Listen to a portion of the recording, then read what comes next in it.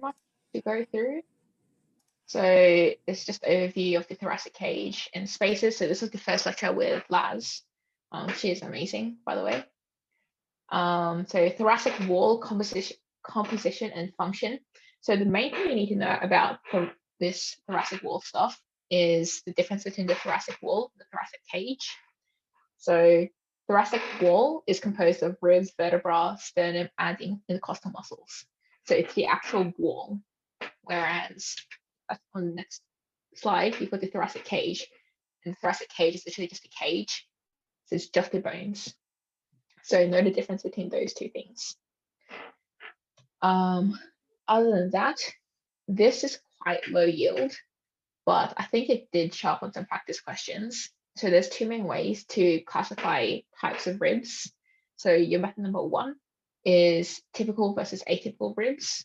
So your typical ribs are ribs from 3 to 9, and those are the ones which articulate with 2 thoracic vertebrae. So they kind of meet in the middle of 2 of the vertebrae, whereas atypical ribs, so 1, 2, 10, 11, 12, articulate with only 1. Yeah. And the other way is the true false floating ribs. So true ribs are the ones that you can see right here, articulate with the costal cartilages or with the sternum. So they actually, directly touch the sternum using costal cartilages, whereas false ribs are the ones which kind of articulate using costal arches. So this kind of section right here. And then the last two, the floating ribs, are kind of like, they kind of just like hang there. They slope downwards and hang there. They don't actually touch the sternum. Yeah. Blah, blah, blah, blah, blah.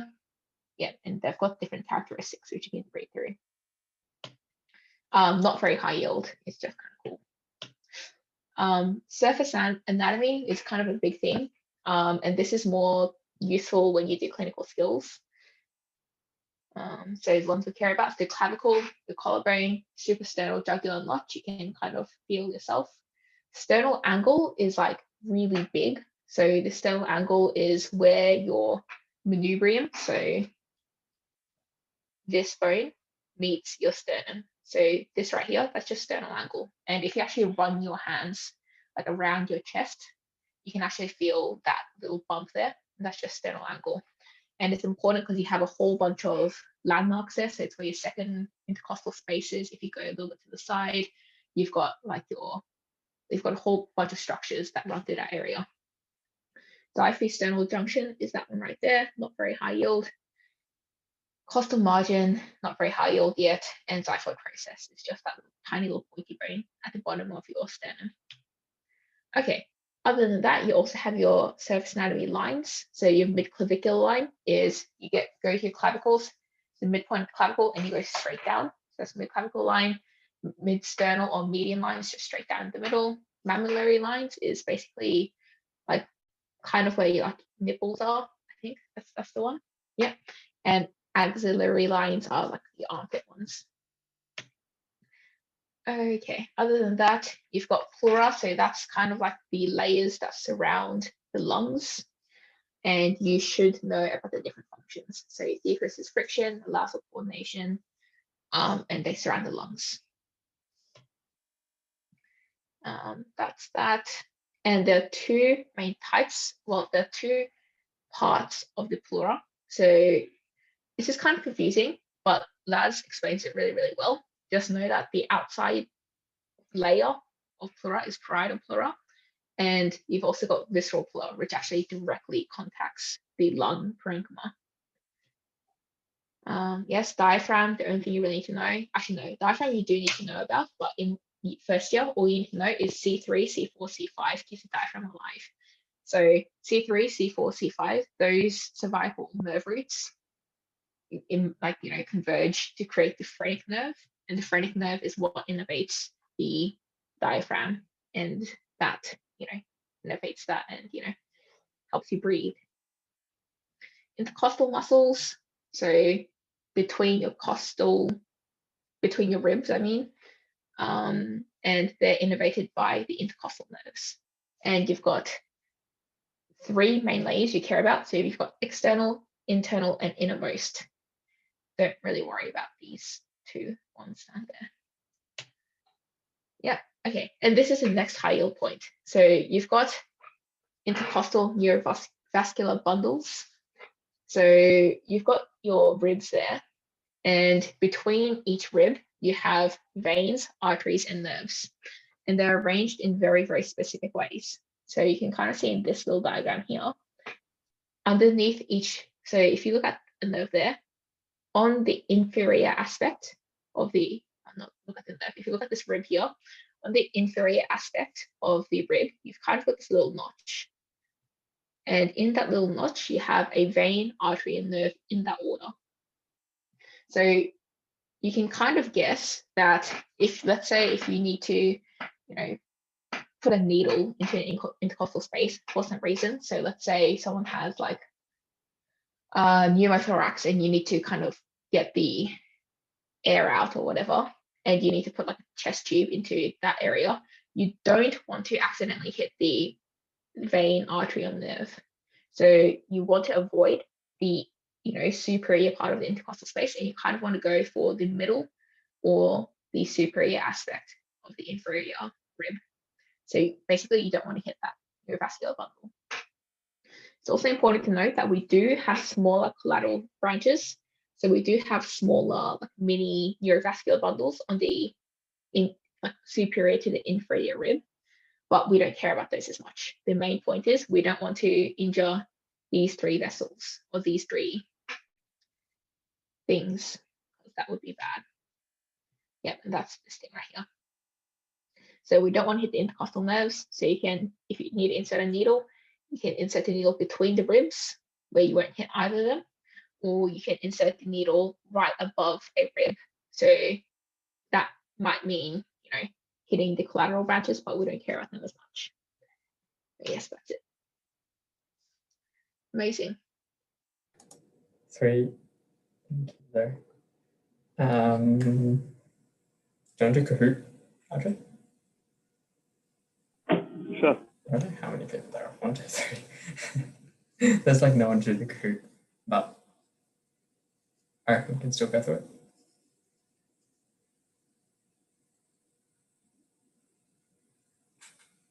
Did I like?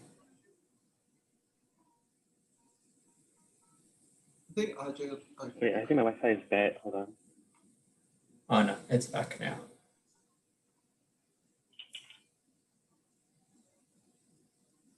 Am I back? Can you all hear me? Yeah. Yep. Okay. Let's just see what happens when you share screen.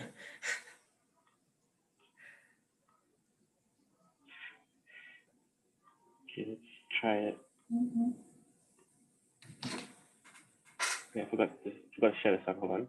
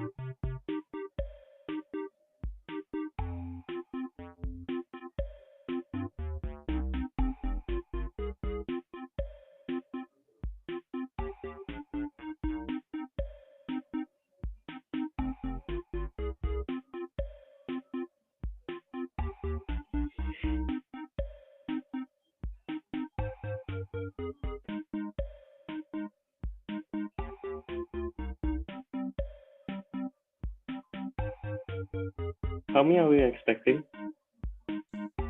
No, I think that's all of them. I think there's only 6, so I think we can start.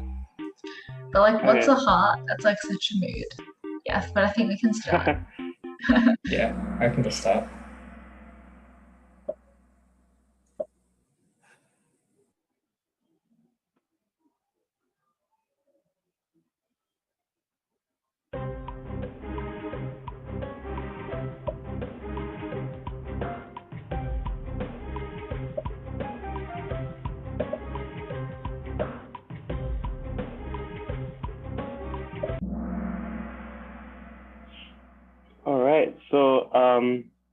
this is something to do with the formula. So when you half your diameter, you have to take into account that the formula, you have to times to the power of 4 for resistance. So that's why it's 16 times. Sorry, that's why it's 16 times.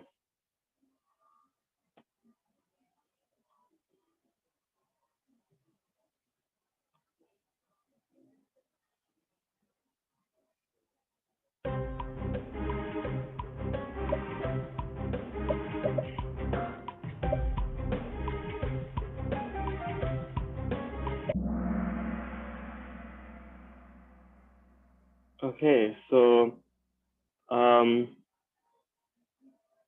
actually, like all the different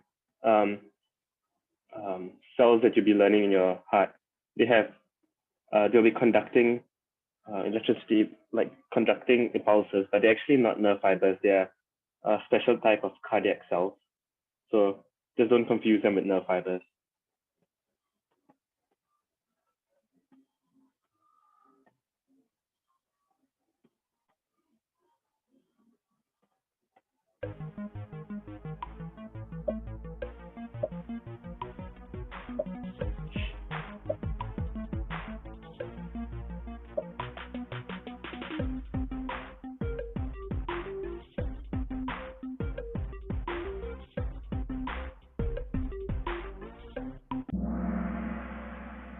All right. I guess this is pretty hard.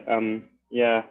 So it's just something that you'll get after like a few times of revision. So there's specific names for different types of fractures to the different cervical vertebra. So for in particular C1, it's actually Jefferson's fracture, and there's different names for the other fractures as well.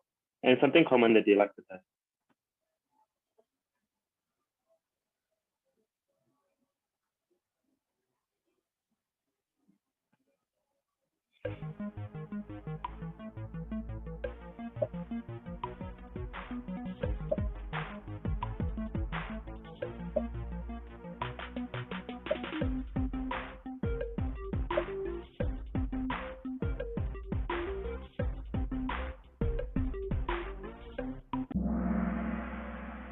Okay, that's good. Yeah.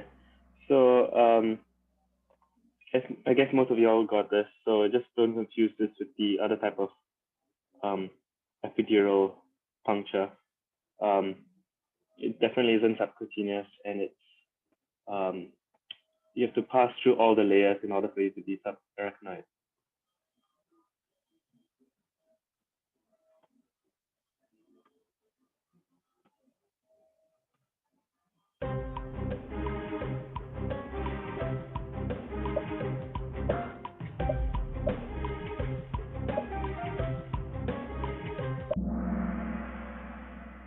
Okay, not bad, not bad. Yeah, so this is a bit of a tricky one. So you need to remember that for your cervical vertebra, your nerve root actually passes above, right? And for lumbar, it's below. So when it's between C3 and C4, it's actually your C4 nerve root because it's going above the vertebra.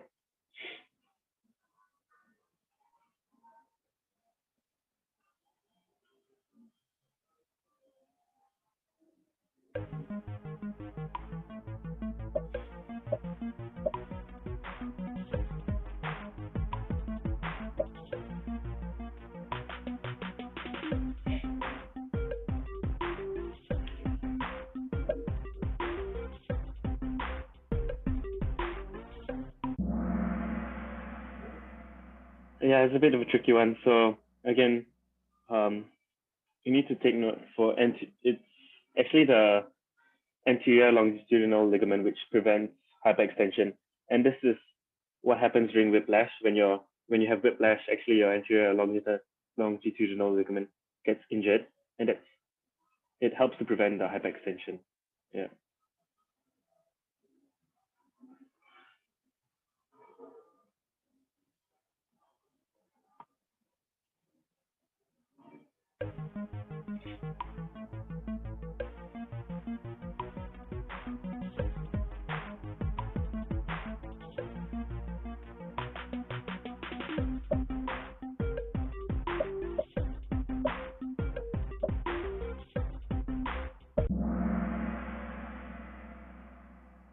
Okay, so it's a bit of a tie. So yeah, definitely your sympathetic stimulation is going to increase your heart rate. It's going to increase the amount of Ca2 plus entering your heart, right? So it's just down between yellow and blue. So it actually decreases the duration of contraction, so your heart beats faster, right? And actually talking about your slope of your pacemaker potential, this is talking about your AP curve. So your slope doesn't get affected. It's always the same, whether it just increases the frequency. And yeah, the slope shouldn't change at all.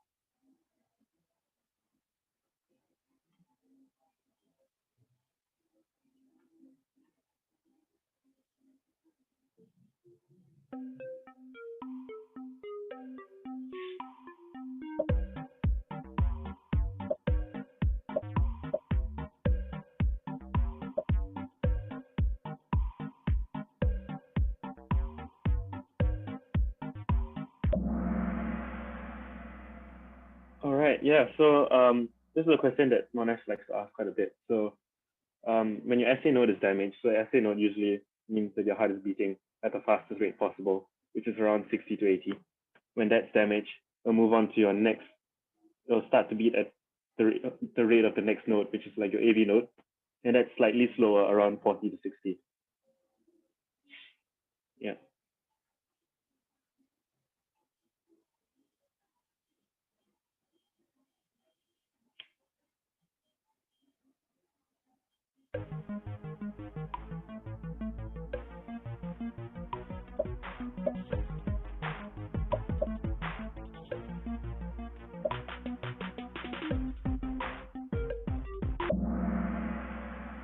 Yeah, this is a good one. So most of y'all got it. So this is something that you need to revise, or in particular, your cardiac ventricular AP has voltage-gated slow calcium channels, which causes your uplift 2.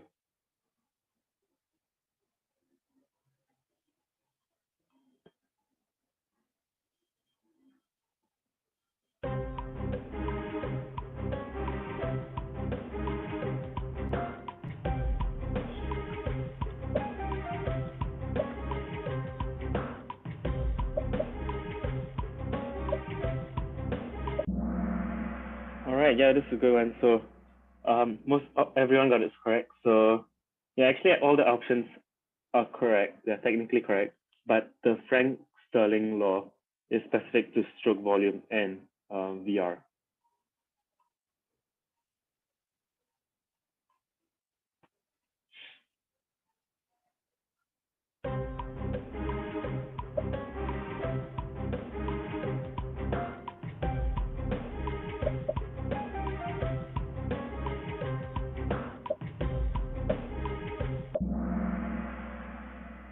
Ooh, okay. That's a bit of a mixed one. So your spinal cord actually tapers off at L2, and even though your vertebra goes down all the way down to S3, your spinal cord tapers off way earlier, and it tapers around L2, L3, and yeah, it's wait. Do you all remember what's below L2 onwards?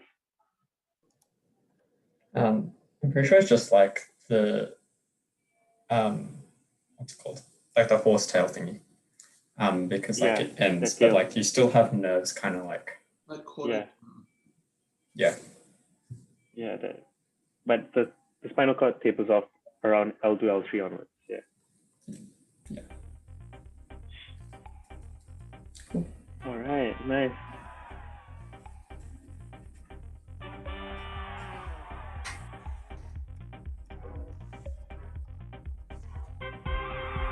Congrats. Wow. Nice.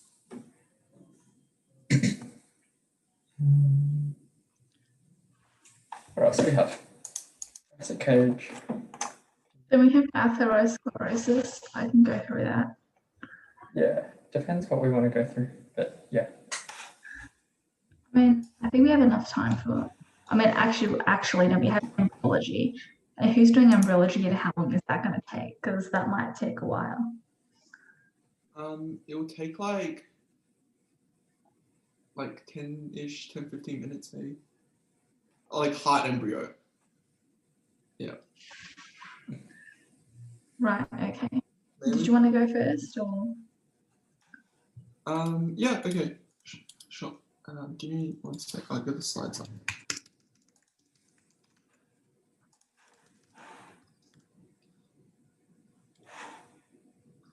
All right.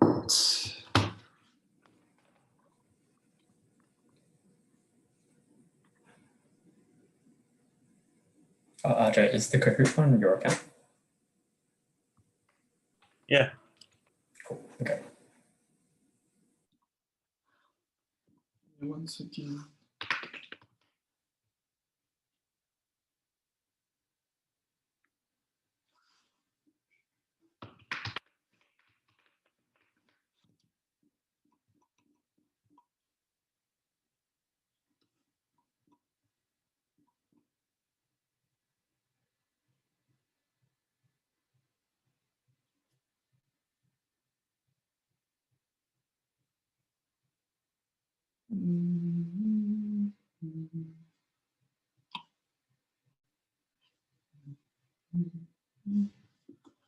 Right.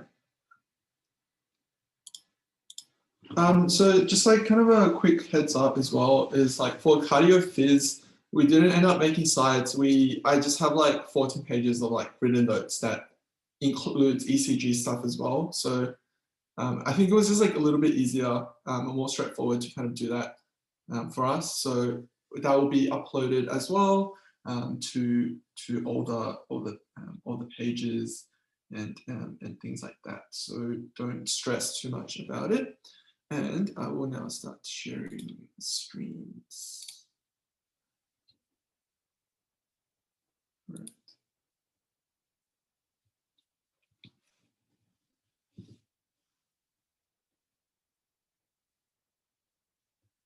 Cool. All right, let's do this. My thing will work. Okay, sorry. Let me just make sure this works. I'm trying to do a 2-tab thing, so just bear with me for another moment. Okay.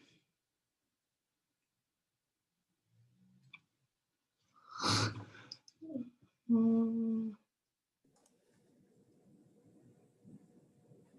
just trying to get the notes here and then my slides here and then share this one and then so that when I'm reading, like when I'm going through it, I won't just like forget. Because cardio embryo is like, there's a few steps that I just don't want to mess up when I'm explaining it, and it kind of gets like a bit much at times. So like for most things, I think it's okay just to kind of go through it, but I think for embryo, it is a little bit more difficult.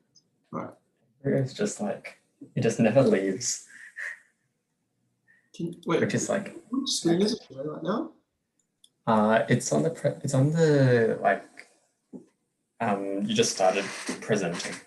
So it's on the slides. You can see the slides. Yeah. All right. Yeah. So we are going to kind of do the cardiac embryo, and then I think I got the slides wrong, so I'm just gonna quickly skip through it. But cardiac embryo is like one of the more interesting kind of embryos that you do, and I feel like it was really kind of logical to think about why the heart actually does certain things, but it can also get quite overwhelming. So I just want you guys to kind of focus on the main things and don't get bogged down in the details. Just focus on the main clinical aspects. Like you won't get tested too much on like specifically which one, like what's the first step, what's the second step. Like they'll mainly ask you like, if this goes wrong, what might happen, and then and things like that. Okay, so let's just get into it. A few copyright things, like some of these like pictures and images are like from either Amboss or like from Michelle Lazarus's like embryology lecture.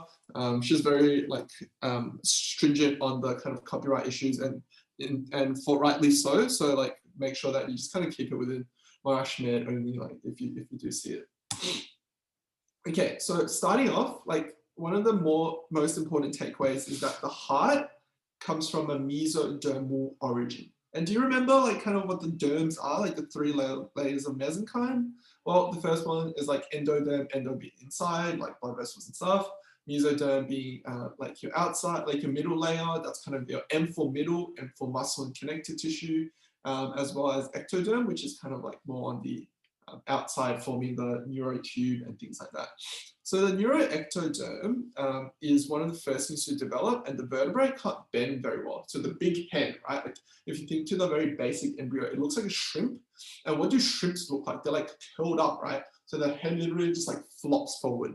And then that's a kind of same idea in the heart. It just flops forward, and the mesoderm kind of migrates to the oral cavity. The head flopping like leads to the cardiac merge to the adult position. So it moves down. So it's like the oral cavity and the neck back into the adult position. And the pericardial cavity that I think Zoe mentioned earlier, like the pleura and things like that, is all related here, but it's not kind of too important. And the heart tube kind of goes further, and then a bunch of stuff happens. The liver and the heart is like one of the first things to develop. But the key point in here, like all of this, like the key point in here is that the heart starts off as the mesoderm in the head neck position, and then it moves down. So this is important because when the phrenic nerve moves down with the heart into the thoracic cavity, we understand that the nerve pathway is the same. And that's why when you get a heart attack and you feel that sort of chest crushing pain, it radiates up into your kind of shoulder, scapula, as well as kind of jaw areas as well. So that kind of pain radiates, and this is called referred pain, and it's really important. You guys will be coming back once again and again to this idea of referred pain, and it's all based on this idea of embryology. And so it's really important for you guys to consider what embryology, why embryology is important in these different scenarios. So this is kind of just like the image of like what I meant by kind of the head. So you can see like the head here, right? Like this is the head, and this is the chest cavity with like the like the lumbar, it's like here, and then the gut tube as well. So the main important thing here, you can see the head kind of like swinging down, right? Like it's kind of being heavy and it's drooping down because the vertebrae isn't as flexible yet. So in that way, the heart also moves down like into this position. Don't worry about any of like these other things. Like you literally don't learn this until kind of like, I don't know, maybe like May in year 2. It's like GIT kind of. Yes, like GIT. Like Ryden and stuff. It's like all GIT. So don't stress too much about it. Okay, so this is another important point, like kind of fetal circulation. Like how does it work? Literally, just think of it as like the basis of fetal circulation is it just gets rid of the stuff that isn't important. Like it just bypasses the organs that don't need oxygen. And in this case, like what organs don't actually need oxygen? A little bit counterintuitive, but your lungs initially don't need oxygen. And why is that, right? Like we get our oxygen from the maternal body when you're a baby. So it goes through the umbilical arteries. Umbilical arteries, because it's still oxygenated blood.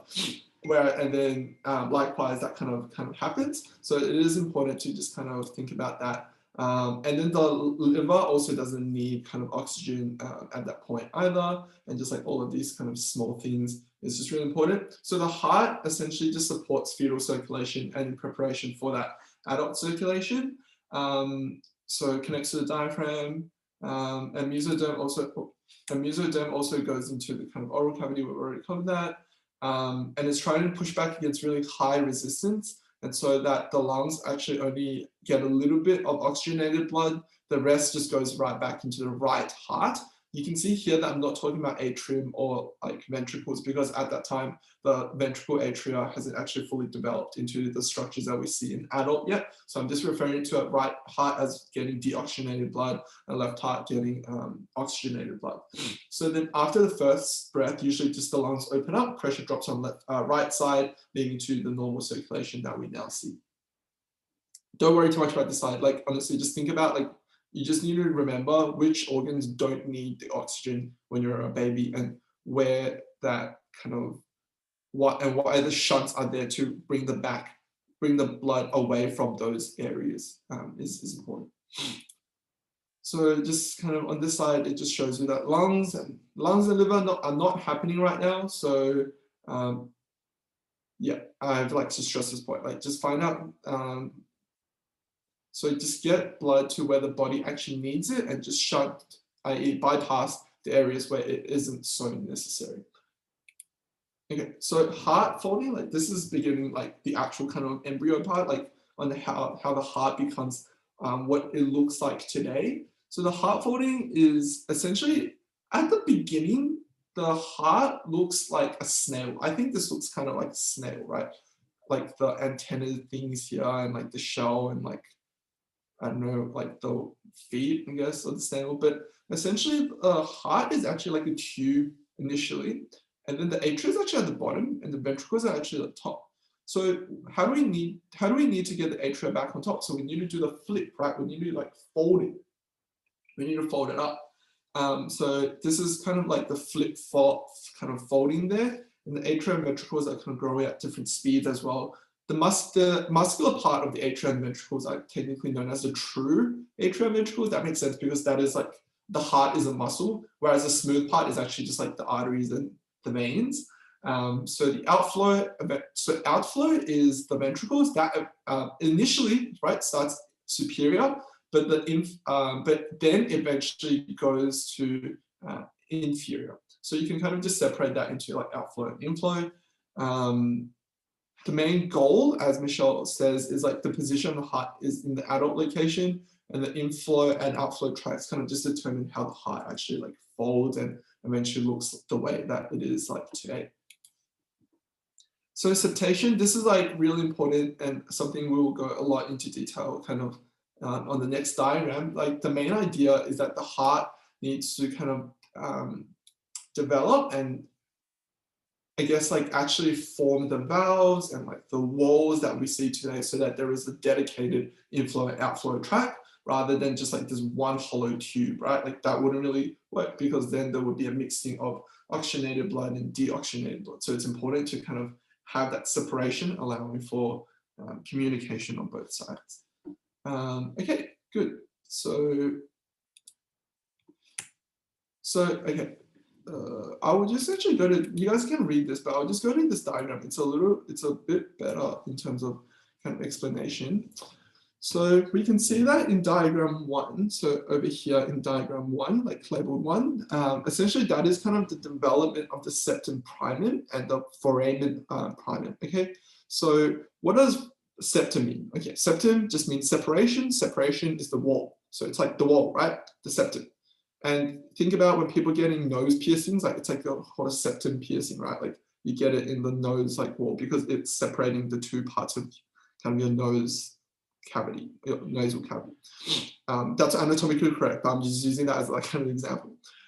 So the first part is like development of that septum. So development of the septum and the septum primum. So what is foramen primum, sorry. So foramen primum, foramen being the hole that you guys are now familiar with, and primum just meaning first. So how does this actually happen?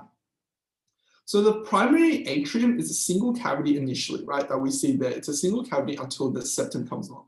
And the atrial septation kind of begins with the development of the septum primum, which develops from the roof. So as we see here, right, like it develops on the roof of the actual like heart tube, and then it moves downwards towards endocardial cushion. So endocardial cushion is like a Wi-Fi signal. Okay, so it's just like grow to me, run to me, and then the wall's like, okay, I'm coming to you now. So that's what we see, like the septum is running towards that endocardial cushion, right? Everyone's tired, they just want to sleep on the cushion. So then the wall's like moving towards the cushion. Okay, and then the foramen primum is a space between the endocardial cushion and the growing edge of the septum primum. So that allows for interatrial communication. So we still need the shunt at that time. Like we still need a bit of like communication between two developing atrias. Yeah, okay. And then in step 2, we kind of see this movement, right? The septum primum, the foramen primum and the septum primum grows towards the endocardial cushion. So it just becomes like a little bit more developed. We see that kind of growth a little bit more prominently. And in step 3, there actually becomes like, so the septum primum fuses with the endocardial cushion. But there becomes a development of the foramen secundum. So second secundum, right, is the second hole develops. And right before the fusion of the septum primum, the endocardial cushion is so before the septum initially fully merges with the endocardial cushion, the second hole starts to happen. Like just think of right before it's about to merge, the septum merging with the endocardial cushion, the second hole gets punctured through. And this is called the secundum, so the foramen secundum. And this opening allows for inter-atrial communication still, and we still need that for the shunting of the blood and things like that. And moving on to kind of step 4, like we see that, so step 4, kind of this development of the septum secundum also happens. This other muscular kind of septum occurs. Like initially the septum secundum isn't like very muscular compared to like the septum secundum. And the superior part just grows down from the caudal or like the head part, moving down to, so that's from the roof of the primitive right atrium, and that moves down towards endocardial cushion, just like we saw in the septum primum. And kind of wrapping up as well, like onto the 5th step that we see here, there becomes kind of another hole being created, and this is called the foramen ovale. So that's after the 2 septums have been created and they've merged together and now are punctured. And third hole, this third hole is called foramen ovale, allowing for blood to still kind of carry over from the right to the left atrium. And it creates a one-way valve. Do you guys see how the blood moves from like this to here? But if blood was tried to move from like the left atrium to the right atrium, it would slam across that and it would actually force this valve to close. So it's creating like this like pretty primitive sort of valve. And then finally in step 6, we see that the atrial septum finally closes and the septum secundum fuses with the remnants of the septum primum. And this allows for the atrial septum to be like developed. And this occurs shortly after birth when the left atrial pressure rises, allowing for the right, above the right atrium. So that's just like, if you think about it, if pressure rises here, it wants to expand. So it pushes this flap basically onto it, and then slowly it just fuses together. And it fuses naturally a few days after birth. And it prevents kind of blood flow from the right atrium to the left atrium. Now, you guys will be asking, oh, okay, so like, what about like the ventricles? Like, why do we see the ventricles, right? Michelle like kind of addressed this in her lecture last year, was basically like ventricles are not as interesting as the atrial sort of embryology. So it's like, just make sure you know the atrial embryology. And that's actually where most of the kind of embryological defects kind of happen and leading to congenital heart defects. And I'll go into 2 examples now in a second. So patent ductus arteriosus, okay? This is basically when the pulmonary trunk and the aorta is actually linked during childbirth for that shunting. So during fetal development, kind of blood circulation mainly occurs through that patent ductus arteriosus. Fetal lungs do not really get much like oxygen. That's why we just want to shunt the blood right across. But once a baby is born, like you start breathing like through your own lungs, and we need to shut that place off, right? Shut the shunt off. And so then if the ductus arteriosus remains open, then it can lead to like cyanosis and mixing of this deoxygenated versus oxygenated blood, which can lead to like kind of cyanosis and looking a little bit blue. And so, yeah, so this is what a patent ductus arteriosus is. One thing that you guys should just remember is that a patent ductus arteriosus, the thing that links these 2 things here, should eventually become the ligamentum arteriosum. And why is that important to remember? I know that it's a lot of Latin and like kind of weird words, but ligamentum arteriosum is important because that is where the left recurrent laryngeal nerve kind of hooks underneath. So then essentially what it is, like it'll look like this. I just draw on it. So essentially, like if this is like your neck kind of area, the left recurrent laryngeal nerve will kind of hook across under this and move its way back up. And why is that important? Because the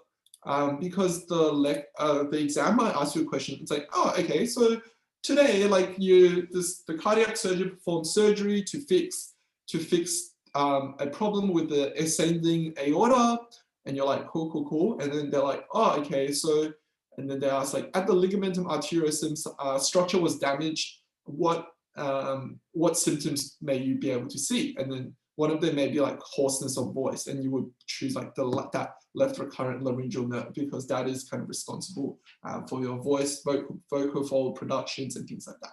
So it's kind of important just to remember, like ligamentum arteriosum is a result of the patent ductus arteriosus, and around there is the left recurrent laryngeal nerve. And finally, the foramen ovale that we talked about before, that third hole, right? Like allowing the kind of communication between here. But it's not a good thing once you are like kind of able to breathe on your own without all of these other things. And so patent just means that it's still open, but it should be closed.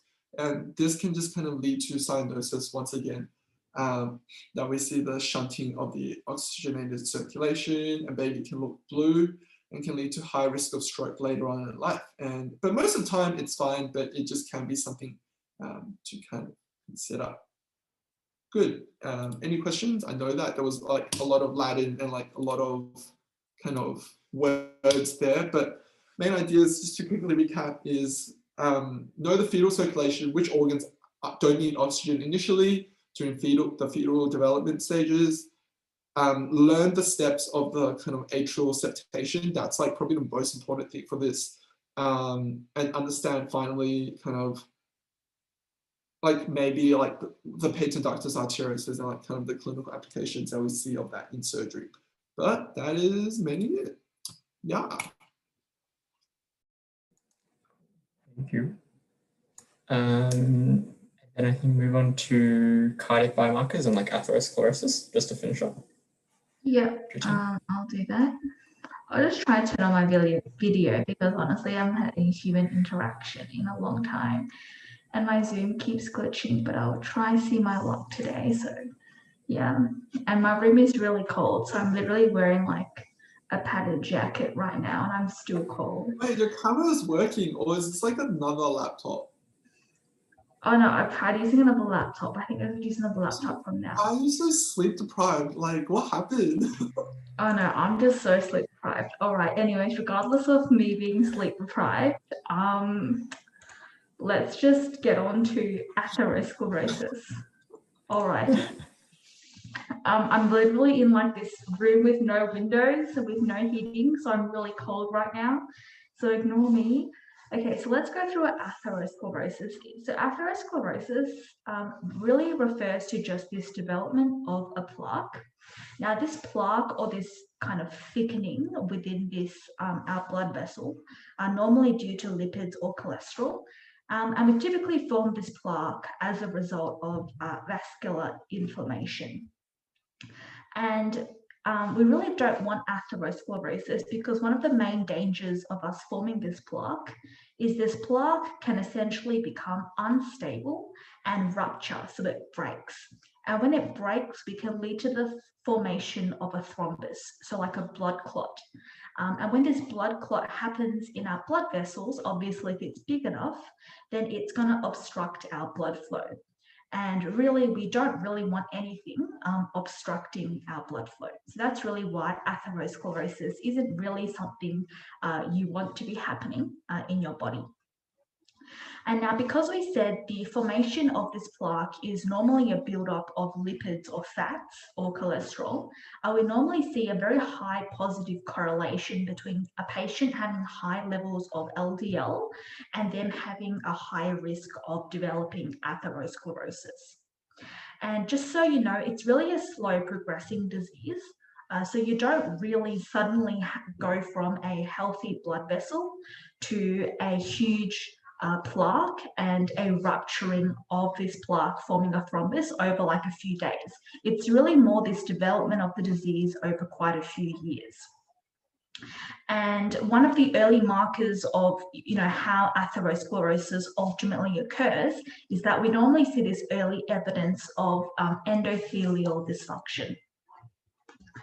Alrighty, moving on. So how do we actually get from a healthy blood vessel to forming these thick plaques that ultimately might rupture?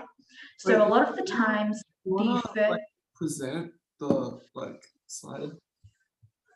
oh, have I not presented the slide? No, like you have, but like just maybe like make it press the present button so then because yeah, easy.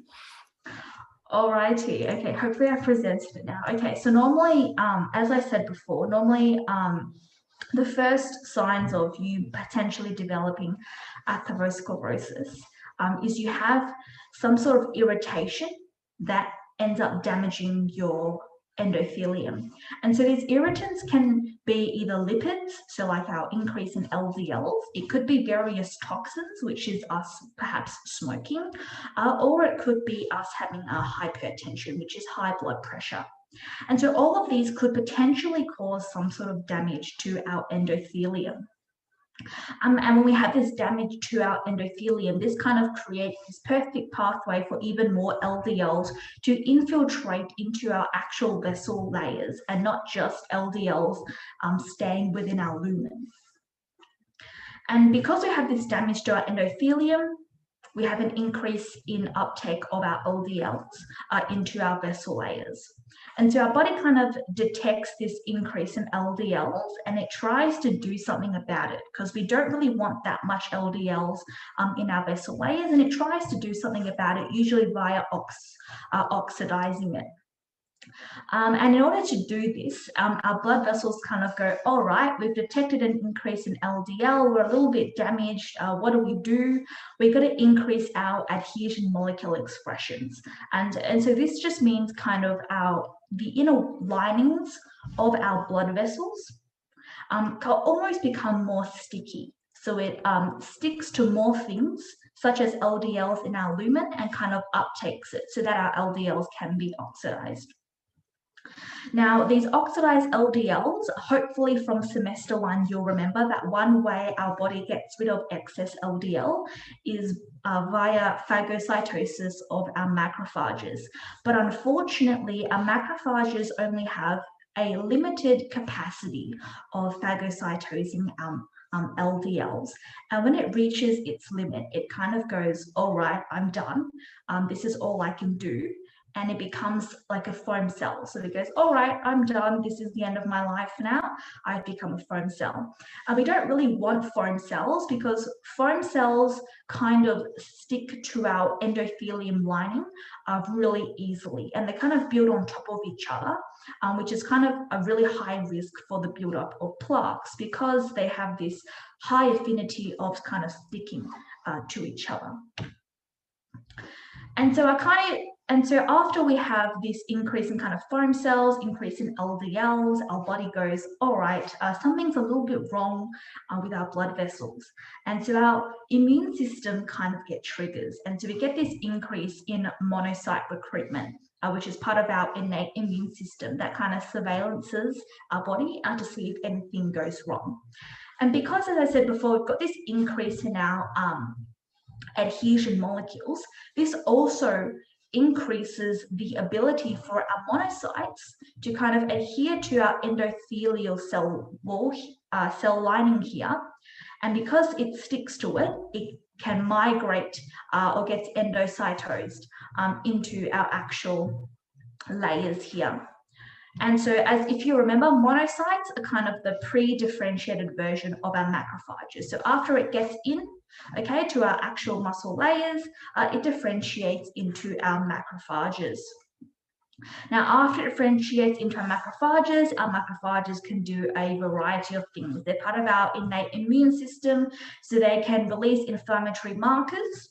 They continue to phagocytose our oxidized LDLs, and more macrophages means more potential for an increased production in terms of foam cells, which means more foam cells are going to stick to each other to form more plaques.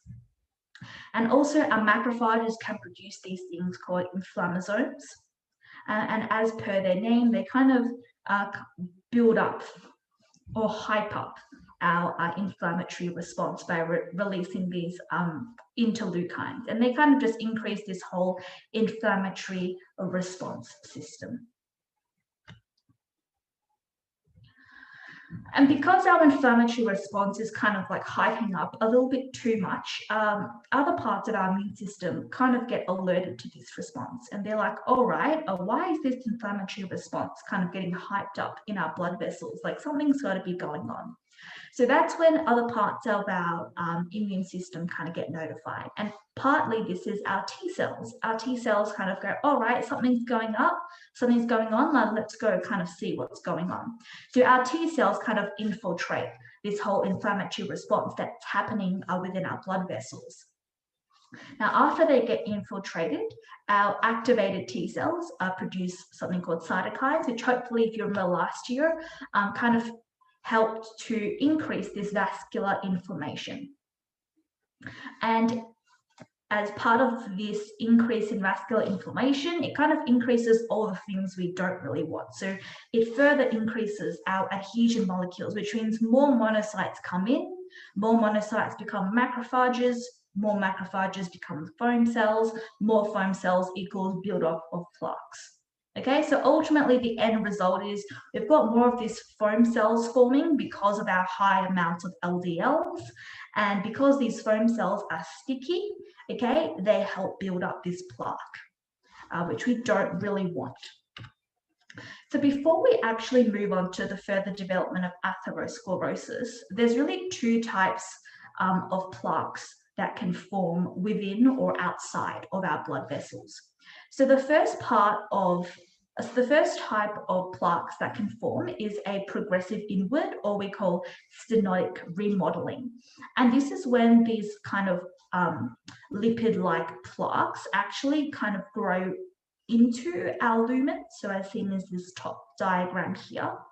And they're not good, but these can typically be detected on a type of imaging called angiograms, which is a type of imaging that specifically looks at our blood vessels. And because they're growing inside of our blood lumen, we can detect them a lot easier.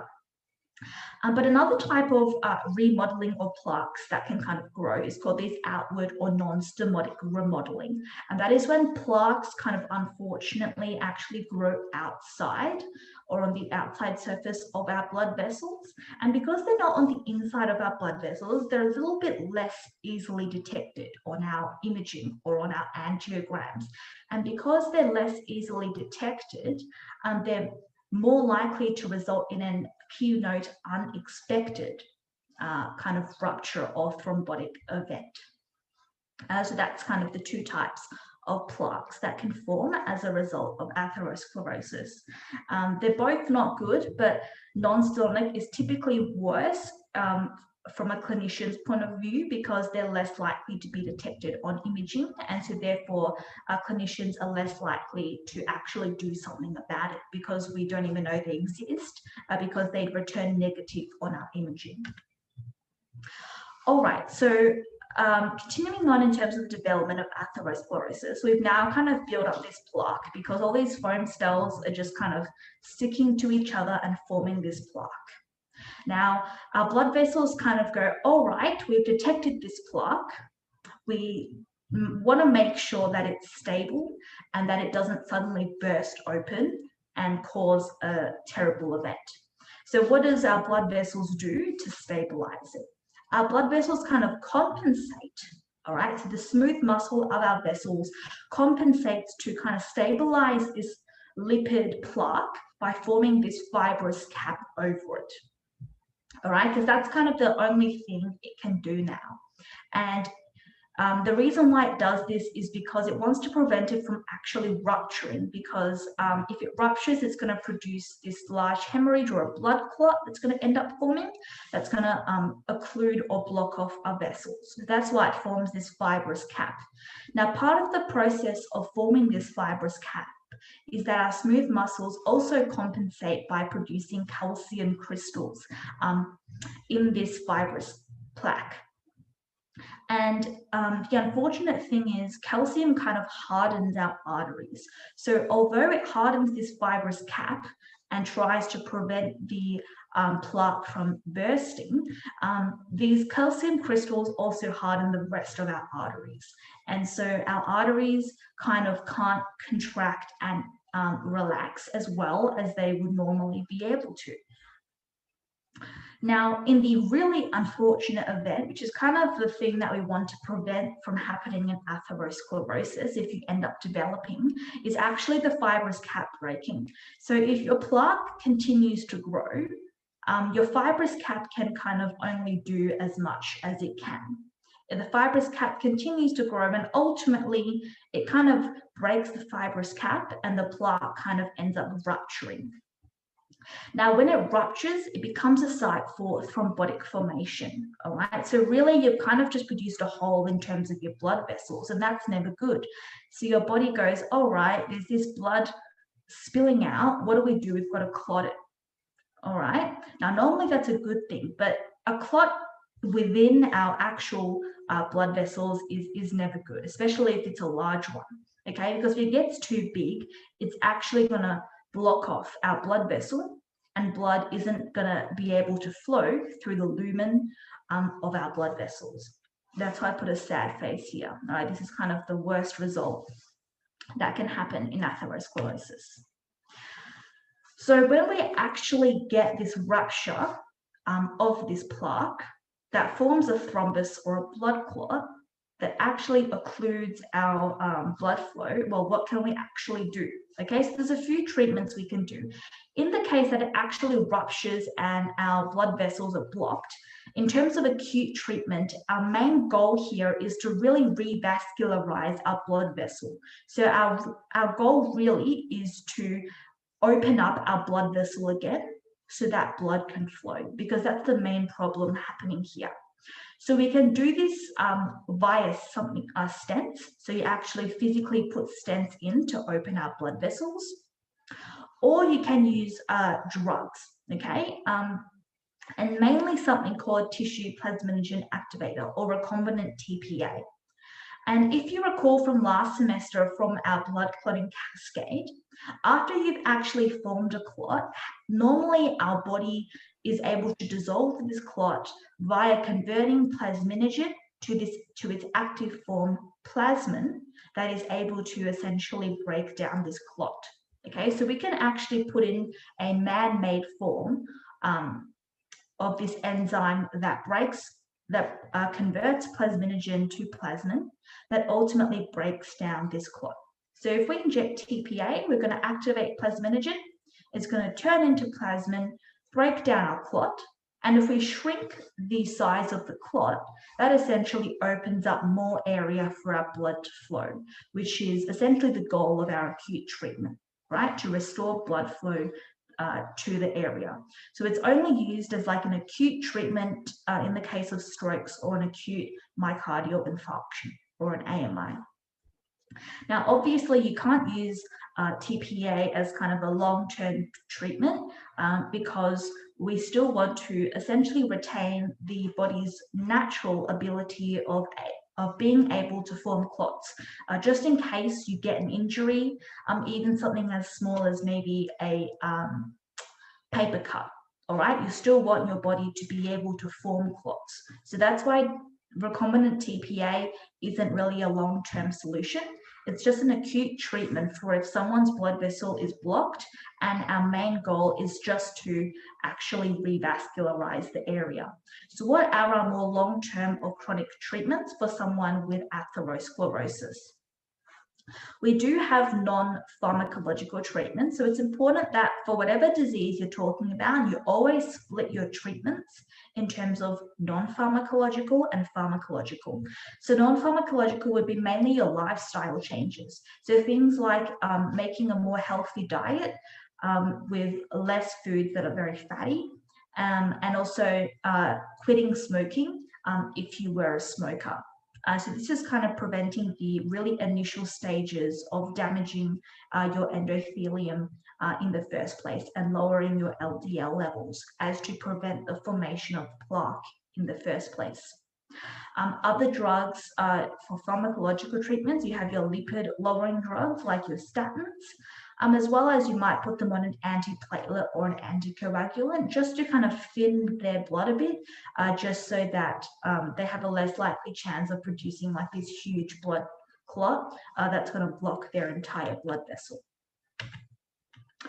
So moving on to your cardiac biomarkers. So these are kind of the things that you are able to test for in a blood test to determine whether or not someone has actually had a cardiac event, such as a myocardial infarction.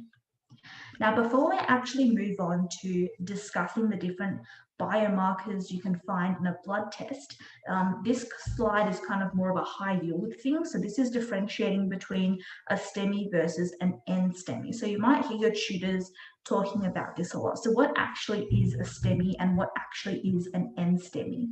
So an N-STEMI refers to a non-ST elevation myocardial infarction.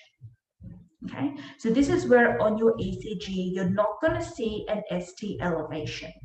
And this occurs when your blood vessel is partially blocked. Okay, so it's kind of blocked, but a bit of blood can still flow through. This is where on the ECG, it's going to present as more of an ST depression, okay, instead of an ST elevation. Therefore, it's called an N-STEMI. On the other hand, your STEMI, this is where you have an ST elevation myocardial infarction. This is more of a complete blockage or occlusion of your blood vessel. And this is going to present, as its name suggests, an ST elevation on your ECG. So this is kind of high yield. So N-STEMI, partial blockage, shows up as an ST depression, whereas your STEMI is an ST elevation that is referring to a complete vessel occlusion. All right, so what are you actually going to test for when you order investigations for a cardiac event? So really, the main thing to remember is your gold standard test. Okay, so that's like the best test you can get. And that right now is something called as your cardiac troponin.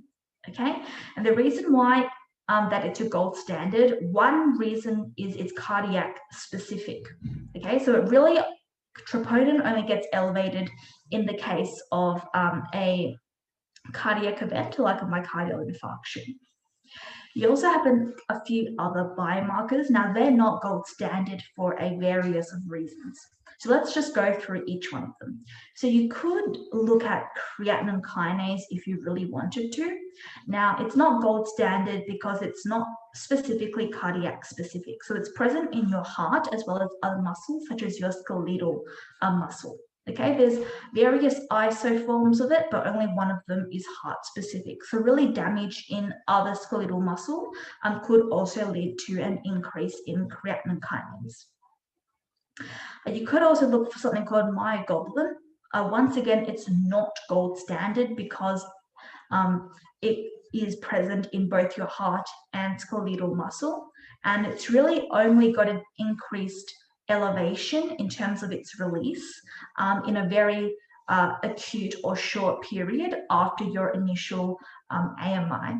So if you do a blood test, let's say, I don't know, 12 hours after your AMI, you're kind of going to miss it if you just test for myoglobin. You've also got your natriuretic peptides or your NPs, okay? So you have a few types of NPs. And so really your NPs are released when your heart muscle has to work extra hard for whatever reason. And obviously one of these reasons could be cardiac failure, okay? And so your BMP, your B-type NPs or your N-terminal breakdown product NPs are one of the main indicators or main NPs that increase in the case of your heart having to work harder due to heart failure. You might also see an increase in C-reactive protein or CRP. Once again, this is not your gold standard because it's not only just released acutely, but it's really just an overall predictive of inflammation. So once again, it's not cardiac specific. So you could have inflammation in other areas of your body that also cause an increase in terms of your CRP. So therefore, really, your gold standard is just your troponin. And so, if you're really behind in terms of your study, just know that an increase in troponin is kind of your gold standard for a cardiac biomarker of acute myocardial infarction. So this diagram here really further reiterates why troponin is your gold standard. So we have a look at this blue line here. This is showing that after your acute myocardial infarction event, you do have this initial acute increase in terms of your myoglobin and your CK biomarkers. But as you can see, it really quickly drops down within like the first 24 hours. All right, so if you kind of test, or if you do a blood test after this initial increase, your results are going to come back as normal, okay, even though this patient might have really had an AMI.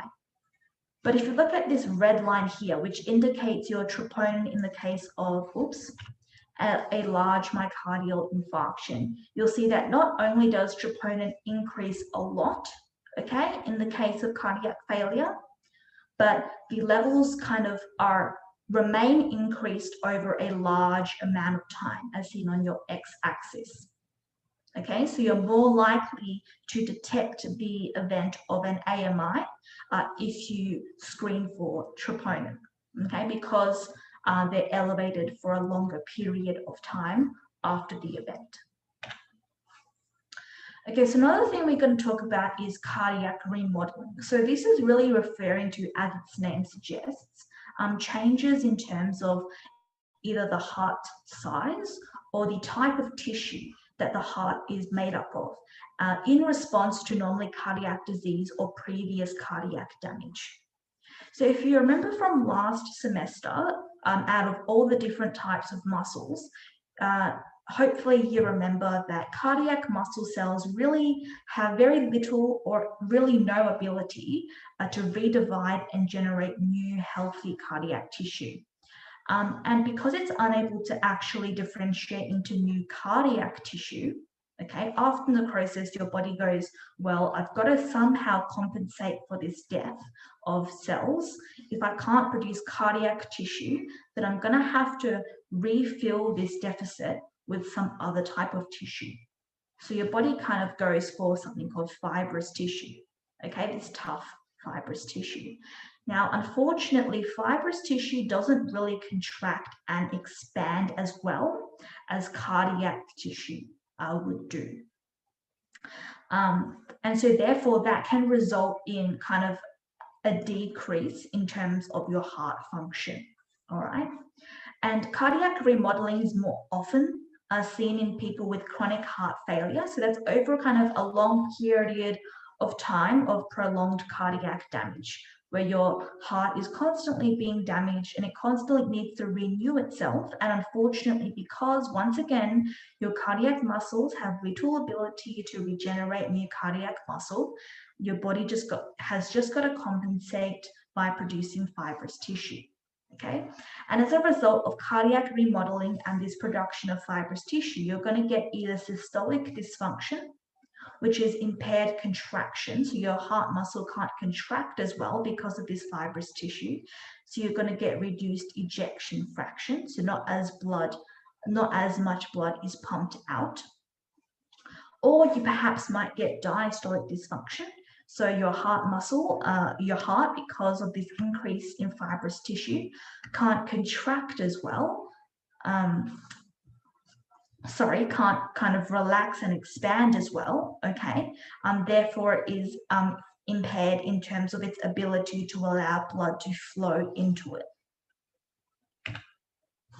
And this diagram here just kind of shows the evolution of cardiac remodeling after the event of a myocardial infarction. So you don't really see cardiac remodeling within the first day or so of the myocardial event, right? You really only see ECG changes in the sort of acute phase when it first happens.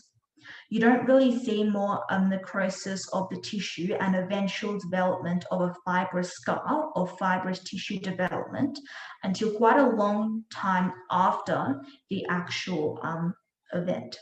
So that's just a point to drive home, really. Alrighty, and I think that's all. Yep, I think that's everything. I think you guys started heart anatomy this week, but I don't know if you want to go through that. I think it's fairly straight-ish forward, kind of. But yeah, like chuck me a message if you have any questions about it, and then yeah, I can help you out with that. Otherwise, yeah, we can finish it off there, I reckon.